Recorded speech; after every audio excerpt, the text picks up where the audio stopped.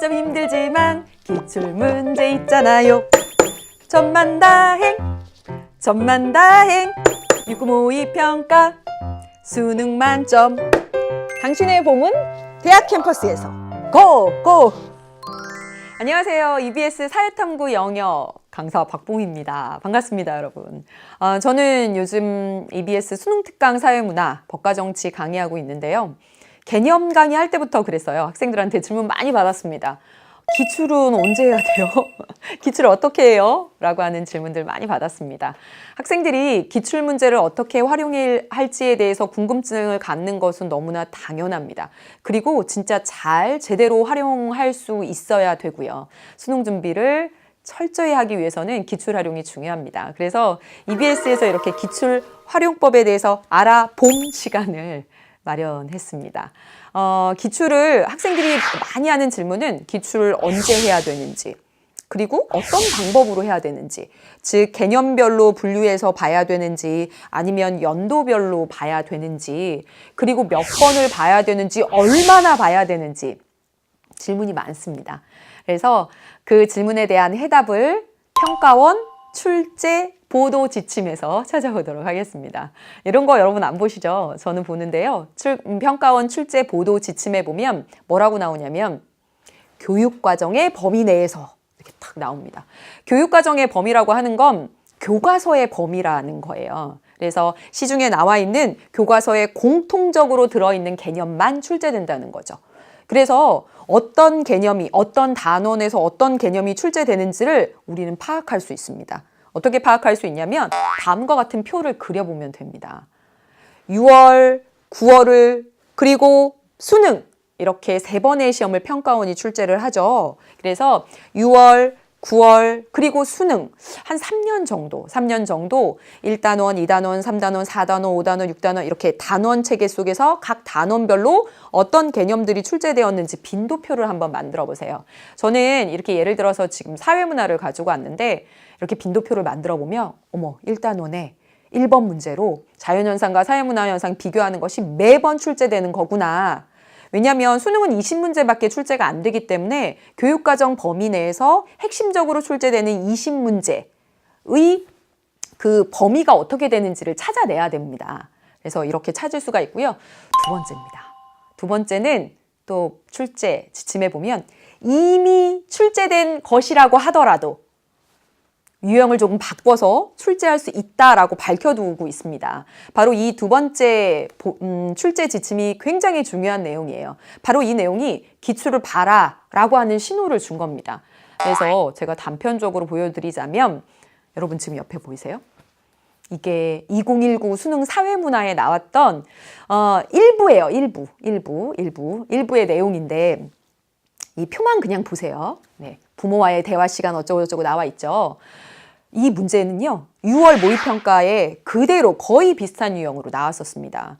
학생들 생각하기에 그러잖아요. 6월에 이렇게 나왔으면 수능에 안 나오는 거 아니야?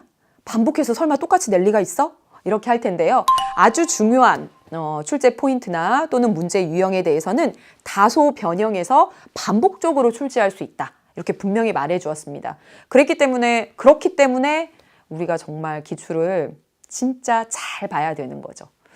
그러면 이제부터 본격적으로 기출이 중요한 것 또는 어떻게 큰 틀에서 어떻게 기출을 분류해야 될지에 대해서 간단히 말씀드렸어요. 단원별 출제 빈도표를 한번 만들어 보는 것. 예, 그게 가장 중요하고요.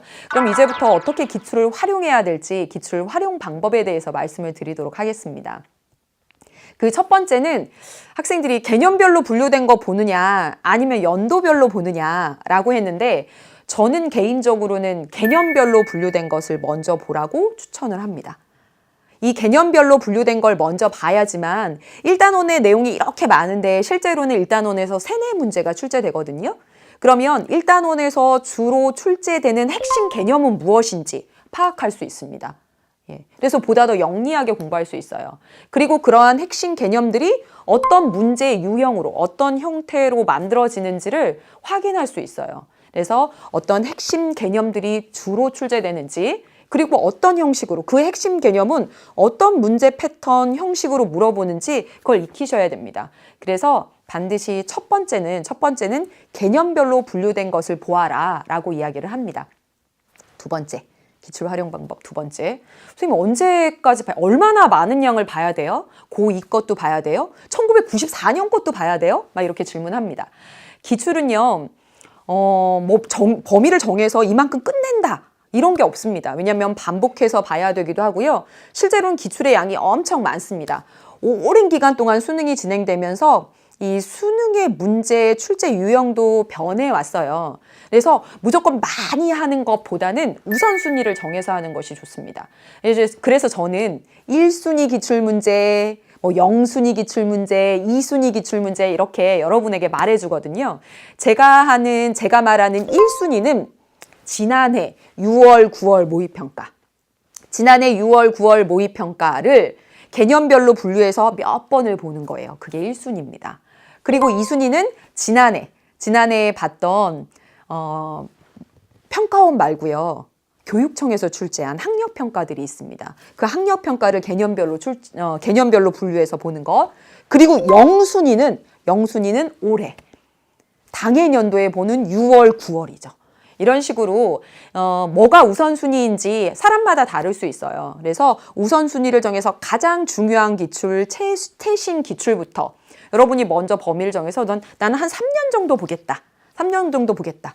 이렇게 보다가 나중에 시간이 되면 더 늘릴 수도 있고요. 또는 봤던 것을 계속 반복해서 볼 수도 있겠죠. 예. 그래서 저는 이렇게 안내를 드리고, 그리고 마지막으로 이 기출문제를요. 그럼 연도별로 보는 건 언제 봐야 될까? 이 연도별로 보는 것도 한 번쯤 필요합니다. 왜냐하면 수능 완성까지 끝나고 나면 실전 문제, 모의고사, 여러분들이 그래서 실전 모의고사 문제집 많이 사서 시간 재서 실제 수능처럼 그렇게 연습해 보거든요. EBS에서도 파이널 실전 모의고사 문제집도 나오고 굉장히 좋습니다. 근데 나중에 되면 선생님 모의고사 볼 그런 자료들이 없어요. 사설에서 막 이렇게 사고 그러는데 사실 문제의 질이 확보되지 못했습니다. 담보되지 않았어요. 그때 가장 좋은 것이 무엇이냐면 그때 연도별로 기출문제를 보는 거예요. 그때 볼 때는 여러분이 자주 보지 않았던 평가원 기출은 굉장히 많이 반복해서 볼 거거든요. 교육청 기출, 재작년 교육청 기출, 그 이전 연도 교육청 기출 뽑아서 실제 시험처럼 보시면 정말 도움이 많이 될 겁니다. 언제 보냐고 질문 많이 합니다. 언제?